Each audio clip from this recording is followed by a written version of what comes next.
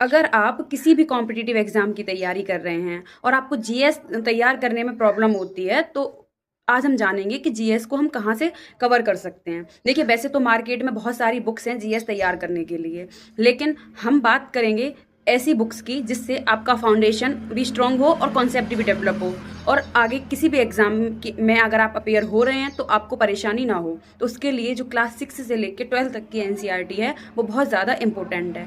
लेकिन आपको क्लास 6 से लेकर 12 की जो भी एनसीईआरटी हैं सभी नहीं पढ़नी है। तो आपको नोट कर लें आप आपके लिए कौन कौन सी एनसीईआरटी इंपॉर्टेंट होने वाली हैं। हिस्ट्री के लिए देखिए, क्लास 6, 7, 8 तीन जो एनसीईआरटी हैं, सबसे पहले ये न्यू एनसीईआरटी की हम बात कर रहे हैं। तो जो क्लास 6 की एनसीईआरटी है वह है हमारे अतीत फर्स्ट, जिसमें हम एंशिएंट हिस्ट्री के बारे में पढ़ते हैं। उसके बाद 7th में हम जब आते हैं तो हमारे अतीत पार्ट 2, जिसमें हम मिडाइवल हिस्ट्री के बारे में पढ़ते हैं। उसके बाद क्लास 8th की जो एनसीईआरटी है हमारे अतीत पार्ट 3, उसमें हम मॉडर्न इंडिया के बारे में कवर कर लेते हैं। इसके बाद हम 3 ओल्ड एनसीईआरटी हैं 11th 12th की। सबसे पहले एंशिएंट हिस्ट्री के लिए रामशरण शर्मा जी की बुक आती है, वो आपको कवर करनी है। उसके बाद मिडाइवल के लिए सतीश चंद्र जी की बुक आती है, आपको वो कवर करनी है। और आधुनिक भारत के लिए आपको बिपिन चंद्रा पढ़नी है। अब पढ़ने का तरीका क्या होना चाहिए, देखिए, सबसे पहले क्लास 6 की एनसीईआरटी उठाइए जो कि एंशिएंट इंडिया की हिस्ट्री है। उसके बाद आप रामशरण शर्मा जो कि क्लास 11th की एनसीईआरटी है एंशिएंट हिस्ट्री की, इन दोनों बुक को आप एक साथ रख के कवर कीजिए। इससे आपका जो भी एनसीईआरटी एंशिएंट हिस्ट्री है वो एनसीईआरटी से ईजिली कवर हो जाएगा।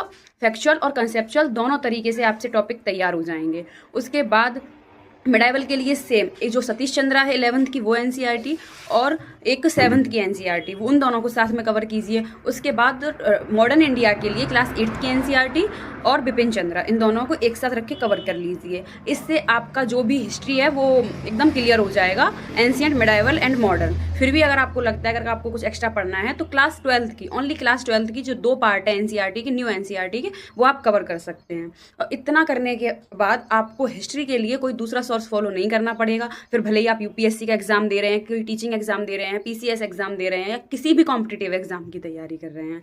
उम्मीद करती हूँ ये वीडियो आपके लिए हेल्पफुल रहा होगा। अगली वीडियो में हम बाकी सब्जेक्ट की एनसीईआरटी को कैसे पढ़ना है ये बात करेंगे। Thank you for watching.